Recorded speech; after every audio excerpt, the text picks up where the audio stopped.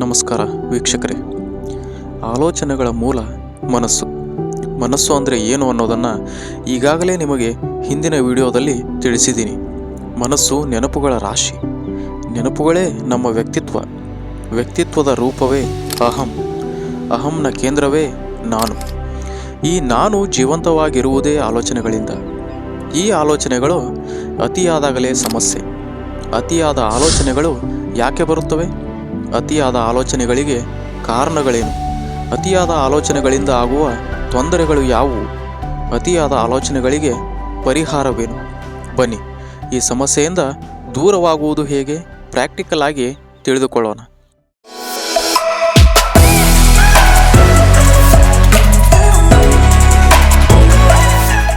ಅತಿಯಾದ ಆಲೋಚನೆಗಳು ಯಾಕೆ ಬರುತ್ತವೆ?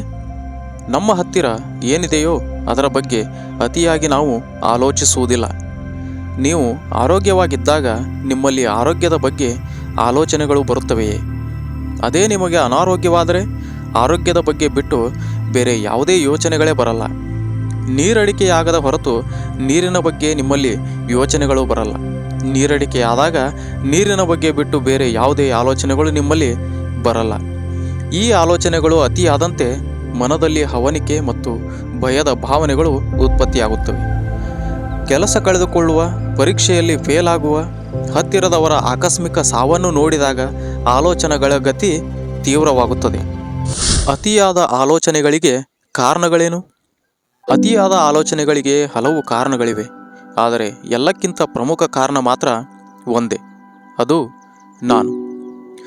ನನ್ನ ಅಸ್ತಿತ್ವಕ್ಕೆ ತೊಂದರೆಯಾಗುವ ಯಾವುದೇ ಪರಿಸ್ಥಿತಿ ಎದುರಾದಾಗಲೂ ನಮ್ಮಲ್ಲಿ ಓವರ್ ಥಿಂಕಿಂಗ್ ಸ್ಟಾರ್ಟ್ ಆಗುತ್ತೆ. ಹುಡುಗಿ ಕೈ ಕೊಟ್ಲು ಅಂದರೆ ಅಲ್ಲಿ ಅವಳು ಬಿಟ್ಟು ಹೋಗಿದ್ದಕ್ಕೆ ದುಃಖ ಆಗಲ್ಲ.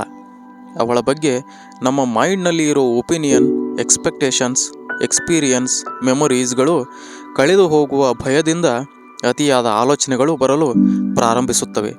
ಇದರಿಂದ ದುಃಖವಾಗುತ್ತೆ.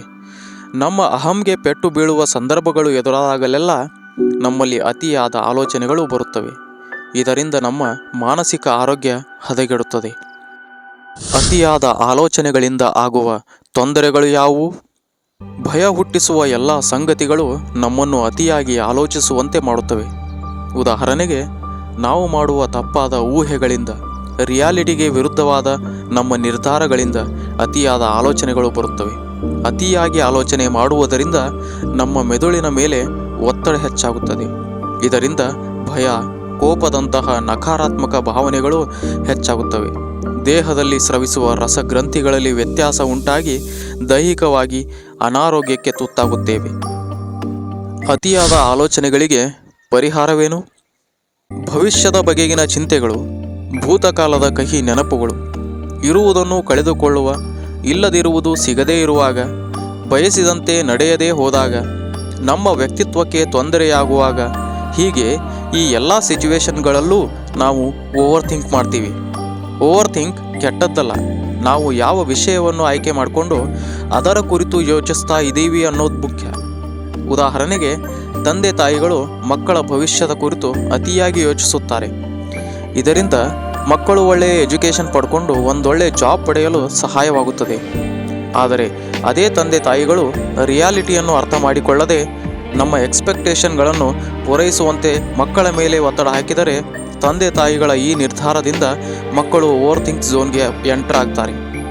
ಅವರಲ್ಲಿ ಒತ್ತಡ ಹೆಚ್ಚಾಗಿ ಸಮಸ್ಯೆಗಳು ಶುರುವಾಗುತ್ತವೆ. ಅತಿಯಾದ ಆಲೋಚನೆಗಳಿಂದ ದೂರವಿರಬೇಕಾದರೆ ಮೈಂಡ್ ಚಾಟರನ್ನು ಕಡಿಮೆ ಮಾಡ್ಕೋಬೇಕು. ಈ ಪ್ರಯೋಗವನ್ನು ವಿಡಿಯೋ ಮುಗಿದ ಮೇಲೆ ಮಾಡಿ ನೋಡಿ. 1 ನಿಮಿಷ ಸುಮ್ಮನೆ ಕೂತ್ಕೊಂಡು ನನ್ನೊಳಗೆ ನಾನು ಏನು ಮಾತಾಡ್ತಾ ಇದ್ದೀನಿ ನೋಡಿ. ನಮ್ಮ ಎಲ್ಲ ಆ್ಯಕ್ಷನ್ಗಳನ್ನು ನಾವು ಮಾತನಾಡಿಕೊಂಡೇ ಮಾಡ್ತೀವಿ. ಹೀಗೆ ನಮ್ಮೊಳಗಿನ ಸಂಗತಿಗಳ ಬಗ್ಗೆ ನಮ್ಮ ಅಬ್ಸರ್ವೇಷನ್ ಹೆಚ್ಚಾದಂತೆ ಓವರ್ ಥಿಂಕಿಂಗ್ ಪ್ರಾಬ್ಲಮ್ನಿಂದ ಬರಬಹುದು. Try it.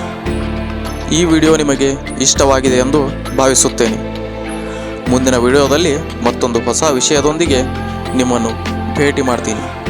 ಅಲ್ಲಿಯವರೆಗೂ be happy, take care, bye.